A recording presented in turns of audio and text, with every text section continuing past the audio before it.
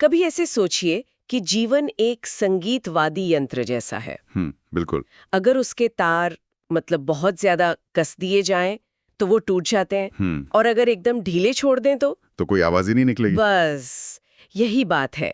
आयुर्वेद के हिसाब से जीने की कला शायद इसी सही तनाव को खोजने में है, एक गतिशील संतुलन। सही कहा। और आज हमारी चर्चा का विषय भी यही है, सिर्फ बीमारी की गैर मौजूदगी नहीं, बल्कि जीवन की एक जीवंत उपस्थिति। हाँ, तो आज हम स्वस्थ और स्वास्थ्य को समझने के लिए एक कहानी जैसी यात्रा पर निकलेंगे, है ना? जी। हम प्राचीन संस्कृत श्लोकों से शुरू करेंगे और देखेंगे कि आज वन हेल्थ जैसी आधुनिक सोच से कैसे जुड़ते हैं। बहुत बढ़िया। तो चलिए यहीं से शुरू करते हैं। स्वस्थ होने का असल में मतलब क्या है? ज्यादातर लोग तो यही समझते हैं कि अगर कोई बीमार नहीं है तो वो स्वस्थ है। हाँ, पर आयुर्वेद इसे ऐसे नहीं देखता। वो इसे एक सकारात्मक अवस्था मानता है। स्वस्थ शब्द ही देखिए ना, स्व यानी स्वयं और स्थ यानी स्थित, मतलब अपनी प्राकृतिक अवस्था में स्थापित होना। बिल्कुल। और इसी विचार को आचार्य सुश्रुत ने एक श्लोक में बहुत खूबसूरती से बांधा है, जो आज भी मतलब स्वास्थ्य का एक स्वर्ण मानक माना जाता है। अच्छा। समदोषः समाग्निश्च समधातुमलक्रियः प्रसन्नात्मेन्द्रियमना स्वस्थ इत्यविधीयते। वाह, पर ये सुनने में तो बहुत आदर्शवादी लगता है। मन, आत्मा, इंद्रियां, सब कुछ प्रसन्न। क्या आज के इस भागदौड़ भरी जिंदगी में ये सच में संभव है, या ये सिर्फ एक किताबी परिभाषा है? बहुत अच्छा सवाल है ये। और इसका जवाब श्लोक के 2 हिस्सों में ही छिपा है। अच्छा। पहला हिस्सा जो है वो पूरी तरह से व्यावहारिक और शारीरिक है। अच्छा। वो कहता है कि 4 चीजें सम यानी संतुलन में होनी चाहिए। दोष मतलब वात, पित्त, कफ। ठीक है। फिर अग्नि यानी हमारी पाचन शक्ति। ठीक है। फिर धातु यानी शरीर के ऊतक। और मलक्रिया मतलब शरीर से गंदगी का सही ढंग से निकलना। ये आप कह सकती हैं शरीर का हार्डवेयर है।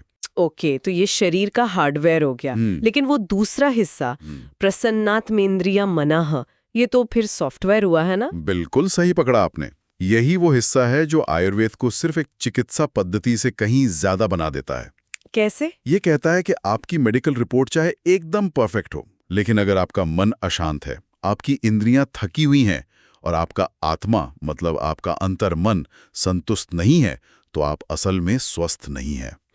मतलब ये सिर्फ जिंदा रहने के बारे में नहीं है। नहीं, ये जीवंत महसूस करने के बारे में है। अच्छा, तो परिभाषा तो समझ आ गई कि ये शरीर और मन का एक समग्र संतुलन है, लेकिन इसे बनाए कैसे रखें? क्या आयुर्वेद सिर्फ बीमार होने पर ही काम आता है? नहीं, असल में तो आयुर्वेद का पहला उद्देश्य बीमार का इलाज करना है ही नहीं। आचार्य चरक ने इसके 2 उद्देश्य बताए हैं, जो इसकी प्राथमिकता को एकदम साफ कर देते हैं। क्या है वो? श्लोक है, स्वस्थस्य स्वास्थ्य रक्षणम आतुरस्य विकार प्रशमनम च। स्वस्थस्य स्वास्थ्य रक्षणम मतलब आयुर्वेद का पहला फोकस डॉक्टर पर नहीं बल्कि व्यक्ति पर ही है। बिल्कुल। ये कह रहा है कि अपने स्वास्थ्य की जिम्मेदारी पहले आपकी है, डॉक्टर तो बाद में आता है। आपने बिल्कुल सही समझा।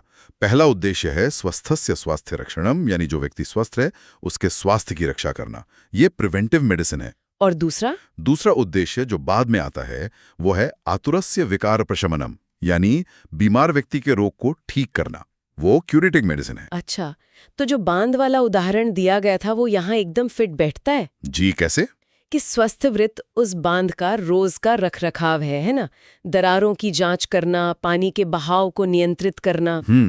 और जो इलाज वाली दवा है वो तब काम आती है जब बांध टूट जाता है और बाढ़ आ जाती है। बिल्कुल सही। मतलब आयुर्वेद हमें आपदा प्रबंधन टीम का हिस्सा बनाने के बजाय एक तरह से बांध का मेंटेनेंस इंजीनियर बना रहा है। हाँ, जो समस्या आने से पहले ही उसे रोक दे। सही।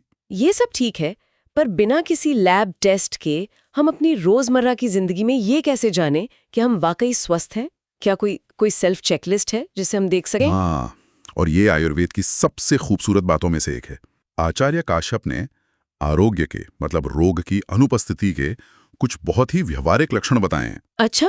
ये ऐसे लक्षण हैं जिन्हें कोई भी इंसान अपने रोज के जीवन में खुद महसूस कर सकता है। ये शरीर की अपनी भाषा है जो हमें बताती है कि सब ठीक है। बताइए, क्या है वो? श्लोक है, अन्नाभिलाषो भुक्तस्य परिपाकः सुखेन च सृष्ट विण्मूत्रवात्वं शरीरस्य च लाघवं सुप्रसन्नेन्द्रियत्वं च सुखि स्वप्न प्रबोधनम बलवर्णायुषाम लाभ सौमनस्यम समाग्निता। वाह, ये तो एक स्वस्थ व्यक्ति के पूरे दिन का वर्णन लग रहा है। इसे थोड़ा और आसान भाषा में समझाएंगे? जरूर। चलिए, इन लक्षणों के हिसाब से एक स्वस्थ व्यक्ति के दिन की कल्पना करते हैं। पहला, अन्नाभिलाषा, मतलब उसे असली भूख लगती है, ये नहीं कि आदत है या बोर हो रहे हैं तो खा लिया। ठीक है, सच्ची भूख। दूसरा, सुख परिपाक, जो भी खाया है वो बिना किसी भारीपन, गैस या एसिडिटी के आराम से पच जाता है। तीसरा, सृष्ट विणमूत्र, मतलब मल मूत्र का निष्कासन आसानी से होता है। जी, बिना किसी रुकावट के। चौथा है लाघवम, शरीर में भारीपन या सुस्ती के बजाय एक हल्कापन महसूस होता है। और नींद के बारे में क्या? वो पांचवा है सुख स्वप्न प्रबोधनम, रात में नींद आसानी से आती है, गहरी होती है और सुबह अलार्म बजने से पहले ही ताजगी के साथ नींद खुल जाती है। थकान के साथ नहीं। ये तो वो छोटी छोटी बातें हैं जिन्हें हम अक्सर नजरअंदाज कर देते हैं, है ना? पेट के भारीपन को नॉर्मल मान लेते हैं, नींद ना आने को स्ट्रेस का साइड इफेक्ट, बिल्कुल। जबकि ये हमारे शरीर के सिग्नल्स हैं जो बता रहे हैं कि कहीं ना कहीं संतुलन बिगड़ रहा है। ये शरीर का सेल्फ रिपोर्ट कार्ड है। एक मिनट, यहाँ मेरे मन में एक सवाल आ रहा है। मान लीजिए कोई इन सभी लक्षणों को पूरा करता है, जिम जाता है, सही खाता है, बिल्कुल फिट दिखता है, तो क्या वो हमेशा के लिए स्वस्थ है? मतलब मौसम बदलने या गलत खाने पीने से उस पर कोई असर नहीं पड़ेगा? ये एक बहुत ही सूक्ष्म लेकिन जरूरी बात है, और यहीं पर आयुर्वेद की एक और गहरी अवधारणा सामने आती है। वो क्या है? आयुर्वेद के अनुसार स्वस्थ व्यक्ति, जिसे स्वस्थ पुरुष कहा गया है, उसकी भी दो अवस्थाएं हो सकती हैं। पहली है असंचित दोष वाला व्यक्ति, मतलब जिसमें कोई भी विषाक्त पदार्थ या दोष जमा नहीं हुआ है। और दूसरी अवस्था? दूसरी अवस्था है संचित दोष वाले व्यक्ति की। ये वो व्यक्ति है जो बाहर से तो पूरी तरह से स्वस्थ दिखता है, लेकिन उसके शरीर के भीतर मौसम या खानपान की वजह से दोष धीरे धीरे जमा हो रहे हैं। अरे हाँ, ये दोष अभी इतने मजबूत नहीं है कि बीमारी पैदा कर सके, लेकिन वो सही मौके का इंतजार कर रहे हैं। ये तो चौंकाने वाली बात है। इसका मतलब तो ये हुआ कि जो इंसान बिल्कुल फिट दिखता है वो भी अंदर से बीमार होने के कगार पर हो सकता है। जी बिल्कुल। और इसीलिए एक बड़ा सवाल उठता है कि अगर कोई स्वस्थ है तो उसे शोधन यानी पंचकर्म जैसी शुद्धिकरण प्रक्रियाओं की जरूरत क्यों है? बिल्कुल सही। और इसका जवाब चरक संहिता के एक अद्भुत श्लोक में मिलता है। कौन सा श्लोक? दोषाः कदाचित कुप्यन्ति जिता लंघन पाचने ये तु संशोधनै शुद्धा न तेषां पुनरुद्भव। इसका क्या अर्थ है? इसकी तुलना हम बगीचे में उगी घास से कर सकते हैं। अगर आप सिर्फ ऊपर से घास काट दें, जो कि लंघन या पाचन जैसी सामक चिकित्सा है, तो घास चली गई लगती है। पर जड़ें तो रह जाती हैं। हाँ, और जैसे ही बारिश आएगी या सही मौसम मिलेगा, वो घास फिर से उगाएगी। अच्छा। इसी तरह छोटे मोटे उपायों से दबाए गए दोष फिर से उभर सकते हैं। लेकिन अगर उसे जड़ से ही उखाड़ दें, जो कि संशोधन है, तो वो दोबारा नहीं उगेगी। श्लोक की आखिरी पंक्ति यही कहती है, न तेषां पुनरुद्भवः, उनका फिर से उद्भव नहीं होता। तो इसीलिए मौसमी शुद्धिकरण या ऋतु शोधन की बात की जाती है, ताकि वो छिपी हुई जड़ें भी निकल जाए। बिल्कुल। इससे पहले कि वे कोई बड़ी समस्या बने, ये ठीक वैसा ही है जैसे हम साल में एक बार घर की दिवाली की सफाई करते हैं। ये जो समग्र स्वास्थ्य की बात है, तन मन आत्मा, ये सुनने में बहुत आधुनिक लगती है। आजकल हर कोई मेंटल हेल्थ, सोशल वेलबींग की बात करता है। हाँ, क्या विश्व स्वास्थ्य संगठन यानी WHO की परिभाषा भी कुछ ऐसी ही है? आपको जानकर हैरानी होगी कि WHO की आधुनिक परिभाषा हजारों साल पहले लिखे गए सुश्रुत संहिता के श्लोक का ही एक तरह से प्रतिबिंब लगती है। सच में? जी, WHO कहता है कि स्वास्थ्य सिर्फ रोग या दुर्बलता की अनुपस्थिति नहीं, बल्कि पूर्ण शारीरिक, मानसिक और सामाजिक कल्याण की स्थिति है। अच्छा। अब इसे हमारे पहले श्लोक से जोड़कर देखिए। शारीरिक स्वास्थ्य है समदोष समधातु समाग्नि। ठीक है, मानसिक स्वास्थ्य हो गया प्रसन्न मन। और सामाजिक कल्याण वो है प्रसन्न आत्मा और इंद्रिय, क्योंकि एक प्रसन्न और संतुष्ट व्यक्ति ही समाज के साथ सामंजस्य बिठा सकता है ना? हाँ, ये तो है। पर एक बात और है, किसी के पास शारीरिक स्वास्थ्य भी हो सकता है और शायद सामाजिक कल्याण भी, लेकिन वो अंदर से खुश ना हो। क्या स्वास्थ्य और खुशी एक ही चीज है? ये एक बहुत जरूरी अंतर है, और यहीं पर कल्याण यानी वेलबींग की अवधारणा आती है। इसके दो घटक हैं। कौन कौन से? पहला है वस्तुनिष्ठ घटक, जिसे हम जीवन स्तर या स्टैंडर्ड ऑफ लिविंग कहते हैं। इसमें बाहरी कारक आते हैं, जैसे आपके पास कैसा घर है, आपकी आय कितनी है, ये जीवन का हार्डवेयर है। और दूसरा घटक क्या है? दूसरा है व्यक्तिपरक घटक, जिसे जीवन की गुणवत्ता या क्वालिटी ऑफ लाइफ कहते हैं। ये जीवन का सॉफ्टवेयर है। यह व्यक्ति की अपनी धारणा है। क्या वो अपने जीवन से संतुष्ट है, खुश है? मतलब किसी के पास बहुत अच्छा जीवन स्तर हो सकता है, लेकिन जीवन की गुणवत्ता बहुत खराब हो सकती है। बिल्कुल। तो आयुर्वेद इस सॉफ्टवेयर को कैसे ठीक करता है? आयुर्वेद इसे सद्वृत्त, मतलब एक नैतिक और सामाजिक आचार संहिता और आचार रसायन यानी व्यवहार से जुड़ी चिकित्सा के जरिए संबोधित करता है। ये सिर्फ ये नहीं बताता कि स्वस्थ कैसे रहें, बल्कि ये भी कि एक अच्छा जीवन कैसे जिया जाए। तो हमने व्यक्ति के शरीर से शुरू किया, फिर मन, आत्मा और सामाजिक जीवन तक आए।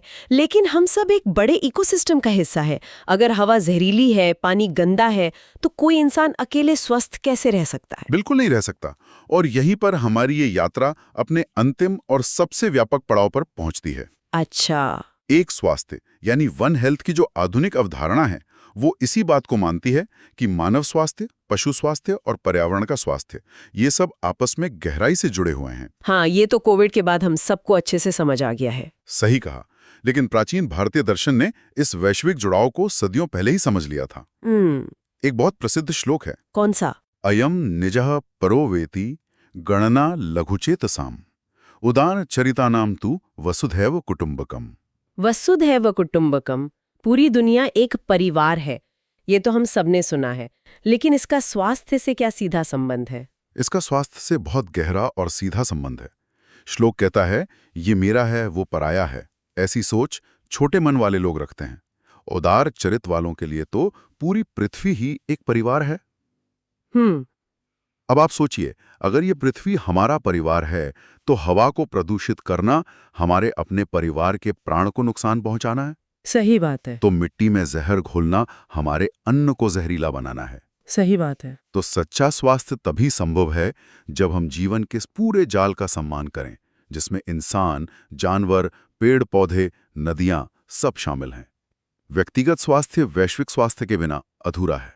तो इस पूरी चर्चा का सार ये है कि स्वास्थ्य कोई स्थिर मंजिल नहीं है कि एक बार पा लिया और बस हो गया। नहीं, बिल्कुल नहीं। ये तो एक गतिशील यात्रा है, अपने शरीर के संतुलन को समझने की, समय समय पर जमा हुए विषाक्त पदार्थों को साफ करने की, और फिर अपनी चेतना का विस्तार करके सिर्फ अपने नहीं बल्कि पूरे ग्रह के कल्याण को अपने स्वास्थ्य का हिस्सा मानने की।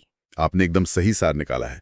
ये स्रोत हमें बताते हैं कि स्वास्थ्य की शुरुआत हमारे भीतर से होती है, लेकिन यहाँ वहीं समाप्त नहीं होता। और ये हमें एक बहुत गहरे सवाल पर सोचने के लिए मजबूर करता है। यदि हमारा शरीर एक पारिस्थितिकी तंत्र है और ये दुनिया हमारा बड़ा शरीर है, तो इस संतुलन को बनाए रखने की हमारी जिम्मेदारी वास्तव में कहाँ समाप्त होती है?